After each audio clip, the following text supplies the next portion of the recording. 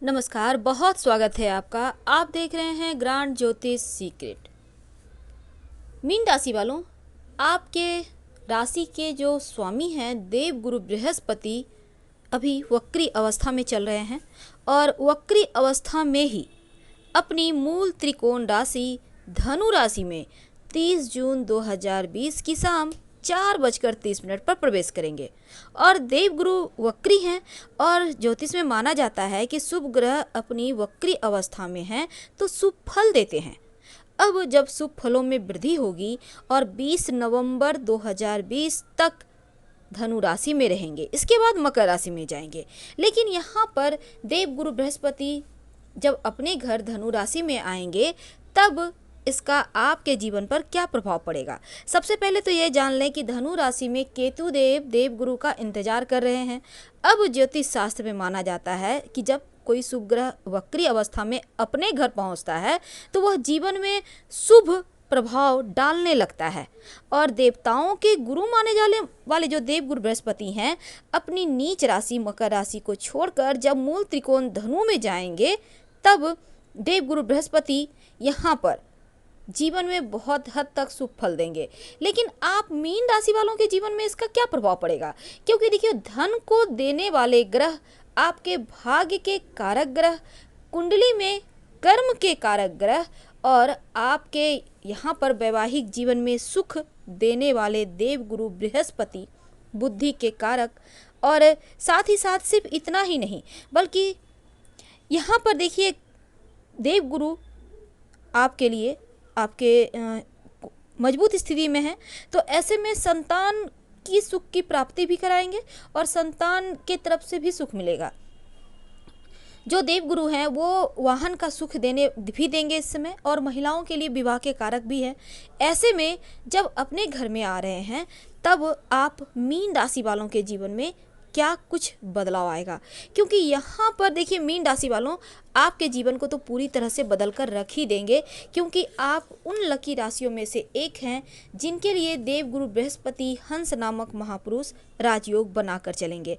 और ये हंस नामक महापुरुष राजयोग जब भी बनता है गोचर में, ब्रह्मांड में, आपकी कुंडली में, तो जीवन में जो ऊंचाइयाँ आपको किस्मत से जो प्राप्त होता है ना, यानी आकस्मिक रूप से सब कुछ जीवन में बेहतर होने लगता है। आकस्मिक रूप से चीज़ें आपके पक्ष में आने लगती है। लेकिन कैसे?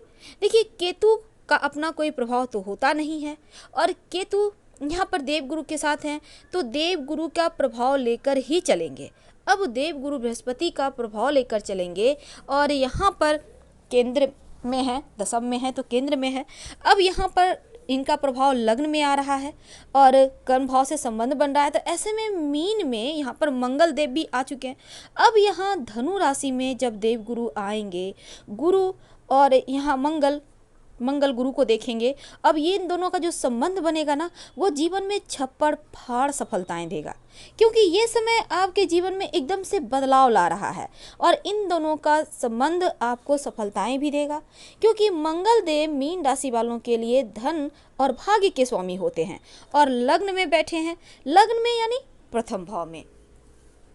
अब यहाँ से क्या होगा, लग्न में बैठकर मंगल देव वैसे भी आपकी लाइफ को में बहुत बड़ा बदलाव ला रहे हैं और यहाँ पर देखिए भाग्य के स्वामी भी हैं आपके मंगल और लग्न में बैठे हैं। अब मंगल और केतु देवगुरु बृहस्पति तीनों का संयोग बन रहा है, अद्भुत संयोग जो जीवन में अपार सफलता देगा। वैसे तो आपके जो काम करने का तरीका है, जो आप काम करते हो उसको और मजबूत करेगा, क्योंकि आपके अंदर जो कॉन्फिडेंस है उसको बढ़ाएगा। अब यहाँ आपके जब कर्म की गति मजबूत होगी, आपका कॉन्फिडेंस लेवल बढ़ेगा, तब क्या होगा, आपके रुके हुए फंसे हुए तमाम कार्य भी आसानी से पूरे होंगे। पुलिस केस मुकदमे जैसी चीज़ों में आप फंसे हुए हैं तो यहाँ से आप निकलेंगे। और दूसरी तरफ अड़चने जीवन में कोई है, कोई परेशानी है, तनाव है, उनसे भी मुक्ति मिलेगी। तो ये चीज़ें तो आपको देंगे ही। एक बात और है, जीवन में तमाम जो आपने अभी तक लॉस फेस किए हैं ना, क्योंकि देवगुरु अपने नीच राशि में थे, मकर राशि में थे, अब यहाँ पर जो आपने अभी तक मुश्किलों का सामना किया, आपका व्यापार ठप था, तो वो चीज़ें आपका जितना लॉस हुआ है उस सभी चीज़ों को कवर करेगा। यानी कि आप अब काम जब करोगे तो इतना तो कम से कम पैसा आ ही जाएगा कि अपने तमाम जो आपने सेविंग खत्म किए हैं वो एक बार फिर से आप जोड़ने लगोगे। तो मीन राशि वालों के लिए वक्री गुरु का ये परिवर्तन लाभ भाव से, जहाँ की देवगुरु महाराज नीच के थे और शनिदेव के साथ विराजमान थे, अब शनिदेव और देवगुरु बृहस्पति अब यहाँ से दशम भाव यानी कि अपनी मूल त्रिकोण राशि धनु राशि में आ रहे हैं। तो इसका मतलब ये हुआ, अगर आप जॉब करते हैं तो आपका प्रमोशन हो सकता है।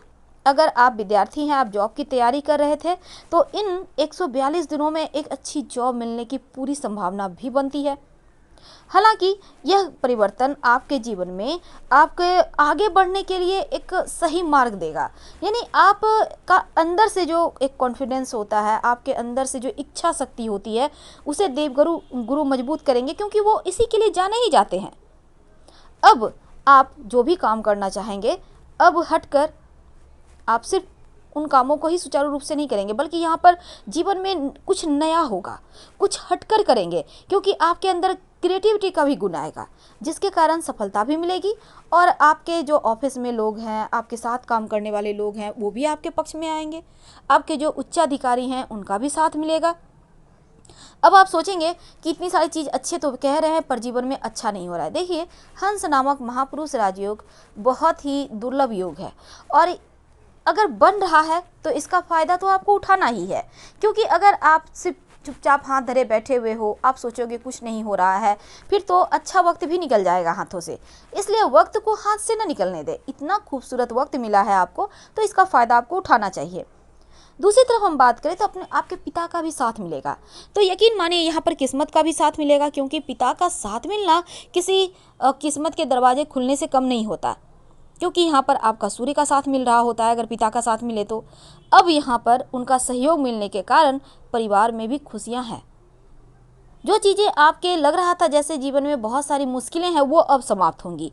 आपकी वाणी बहुत प्रभावशाली होगी, आपका कॉन्फिडेंस लेवल बढ़ेगा, हर कोई आपको सुनना चाहेगा, आपको पसंद करेगा। ये चीज़ें यहाँ पर बेहतर होगी और इस समय तमाम लोग आपसे मशवरा भी लेंगे, जिसके लिए आप जाने जाते हो। आपका बहुत सारे लोग फ़ैन होंगे, इस समय बहुत सारे लोग आपको कॉपी करेंगे। अगर आप सरकार से कोई काम आपको निकालना है, कोई काम अटका हुआ है, तो इस समय बखूबी निकालिए, क्योंकि वहाँ पे सफलता भी मिलने के योग बन रहे हैं। यानी आपके तमाम रुके हुए फंसे हुए कार्य भी पूरे होंगे। अपना घर, अपनी गाड़ी या फिर आप घर को ठीक कराना चाहते हैं तो उसके भी योग हैं। यानी कि देवगुरु बृहस्पति जितने चीज़ों के कारक हैं वो आपको देंगे। अब हमने आपको बताया कि उनकी दृष्टि भी शुभ फल देती है।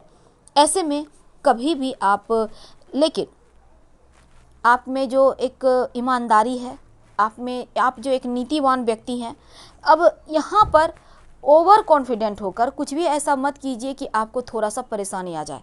ये निगेटिव पॉइंट है, यानी आपको जैसे लगेगा आपने गलत कर दिया, इसलिए एक्साइटेड होकर कोई काम ना करें। जो भी करें सोच समझ कर करें।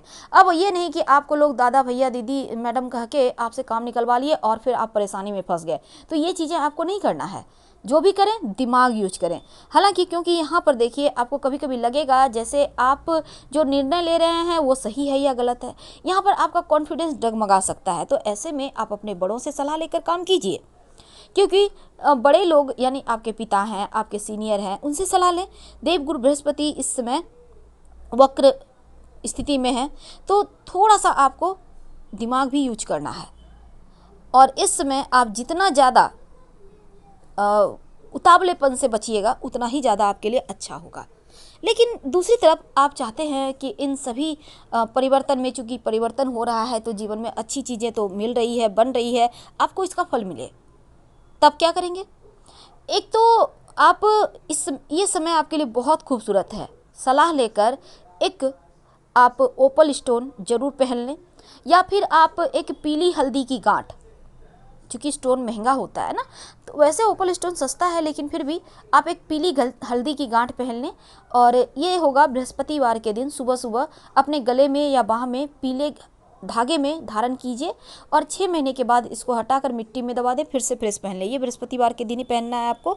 और दूसरा, आप नमः शिवाय का जप जितना ज़्यादा करते हैं उतना ही अच्छा रहेगा, किस्मत का साथ मिलेगा और अपने इष्ट को भी आप याद कर रहे हैं। यानी कि देवगुरु बृहस्पति कृपा बरसाने को तैयार हैं और जीवन में जो चीज़ें आपको भाग्य से मिलनी थी वो मिलेगी ही। दूसरा, कर्म कीजिए और कहीं किंतु परंतु जैसी चीज़ें हैं तो अपने सीनियर का यहाँ पर थोड़ा सा साथ जरूर लीजिए, तभी आप आगे बखूबी बढ़ पाएंगे। तो फिलहाल हम आपसे विदा लेते हैं। पसंद आए तो लाइक कर सब्सक्राइब करें। हर हर महादेव। धन्यवाद।